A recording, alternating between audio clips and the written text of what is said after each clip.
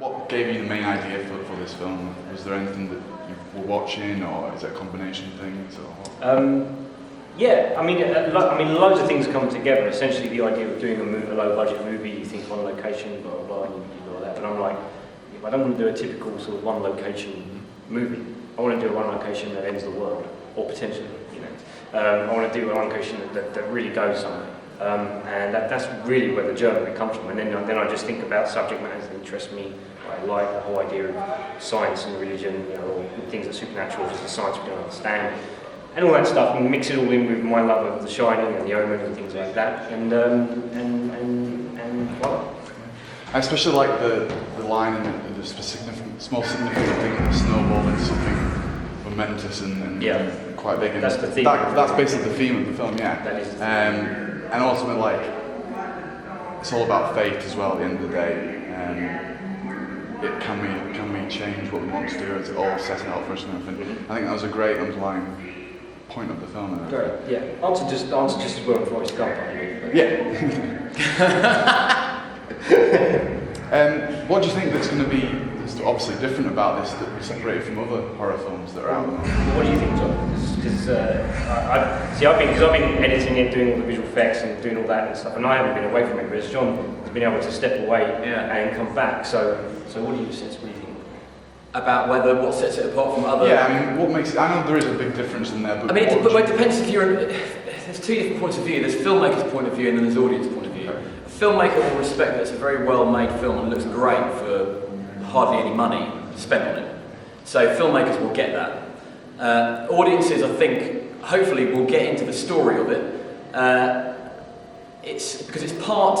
There's the cabin fever, everyone locked in a flat with a crazy man element. And then there's the Bible code element, and then there's the fact that there's lots and lots of computer hardware. So I think there's lots of different pockets of people that like genre movies that it will appeal to. So it's not just a down the line horror. I mean, I never talk about it as a horror. It's a paranormal thriller, really.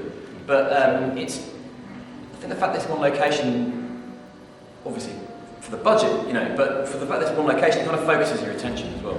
I think also the idea being, like we talk about the one location thing, obviously it's a budgetary reason you do that, but like I said before, it's the idea is for that to be a theme of the film as well, for that to be organically, that even if you had loads of money, you still wouldn't actually want to go out in that location. That's the whole point. So to make that work. Yeah, it's funny, I was just in the toilet and I was thinking, I wonder if that comedy thing's going to happen where I hear someone slagging the film off and they don't realise that I'm there. And it didn't happen, but I thought if they did, how would I react? And I thought, well, it's not our film anymore. No, it's not your film. It's not my film. I mean, people say this, but it's the audience's film. So people can make of it what they like. I've no idea if anybody in there enjoyed that at all. Yeah. Well, I know 4 people did. Yeah. Well, they're very polite. Yeah. Because I came on top. But 3 are here. But trying to assess the audience. I mean, it's hard because it's not a comedy. You know, the only thing that you can really assess is a comedy, isn't it? Because do people laugh? Whereas anything else, you like sitting there and people sit in stone silence, but they still love it. But I don't know. I think the reaction that we seem to get of it, when people come out of it, they say people were like a little bit overwhelmed by everything, and people are like it. And the conversations I've had with most people is they're like, no, I love it, I love it, but I want to see it again because I'm, you know. But there's a certain type of person that will pick apart the story. There's a certain type of person that will pick apart the technical accuracy of it, and there's a certain type of people that will just let it wash over them and enjoy the ride. So. Do you think that you would have gone down stayed on the sci-fi thriller route and stayed away more from the horror, or was it definitely going to be the horror aspect in the film, or was it just going to be... It was never a conscious decision, really. I mean, the idea that basically the final act is a horror, or it becomes a horror. But that it was just the natural inclination to build up tension, and then let the final act deal with all the characters in a horrific way. So you don't really think about genres. It's only when it's made and put together. It's only whenever other people start talking about it that I start going, well, no, actually, it's not a horror. Or I start thinking about the genre of it. Up until that point, it's really just a story I want to tell. must have been a huge amount of research that you must have put in before writing it. Could you tell us a bit about that? No research, no. No, really? Yeah, I mean, other than reading about the Bible code and just getting some ideas from that, and sort of just making sure we were saying stuff that was vaguely plausible and connected to it. But I mean, you read the Bible code book, didn't you? Yeah, I read the Bible code. I read the Bible code. And you came back to me and you went, I get it. Yeah, no, I see where you I mean, from, yeah. it's amazing you say you didn't do any research, because you read the Bible code and it really does, it works. What you've written works according to the rules of the Bible code. Did it help you get into the character then? That and the wheelchair, yeah. You had that book on set with you all the time. I had the book on set with me all the time. I'd scribble in and notate it, Yeah. so that was like my little thing that I had with me all the time. And but Brad gave me the wheelchair about a week before we shot, so I just spent a week at home Right. getting my wheelchair skills down and practicing my broken legs.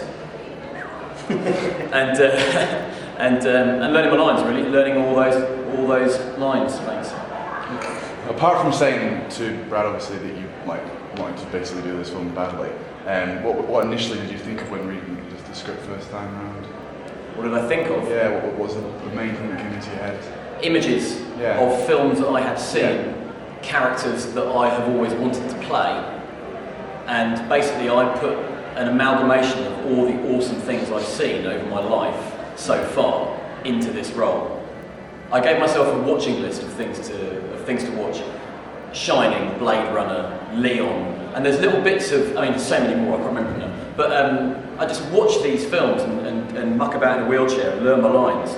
And I realised that I was actually putting together the kind of character I've wanted to play for bloody ages. But do you know what? I didn't really have to do much because Brad had actually written it. Now, you talk about synchronicity. I came onto this project 2 weeks before we started script readings, and Brad had been working on it for 4 years. And I read Declan, and that was it. And I went to the audition, and I never, ever do this. So I've worked very hard for myself, getting work myself, and so to get this audition through the traditional means of an agent, etc., was quite a turn up. And I sat in that audition room with the other guys going up for Declan, and I just thought to myself, none of you have got a fucking chance. I'm all over this because I got it. I really got it.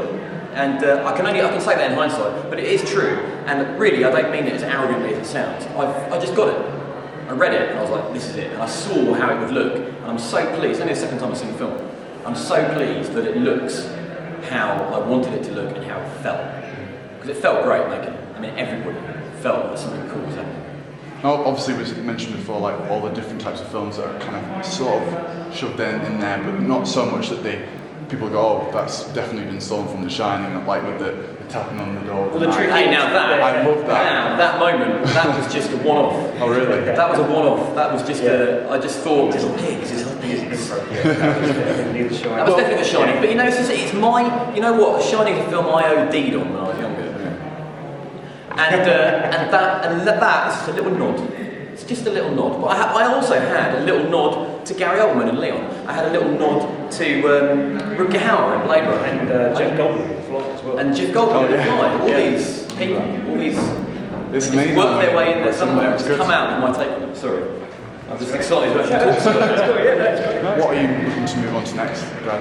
Are you looking to do something similar genre, or maybe something No, I've got 2 features in development. One of which is kind of been lit already, because we've won this thing called the Big Pitch, which is like X Factors for movie makers. And myself and 2 other guys are directing it. It's about a guy with 3 personalities, so there's 3 directors. That's the next thing, and we're hoping to go into production on that at the beginning of the year. And I've got a much larger budget action fantasy adventure movie, not as in Lord of the Rings type thing, but a fantasy adventure set simultaneously with contemporary and 1800s London.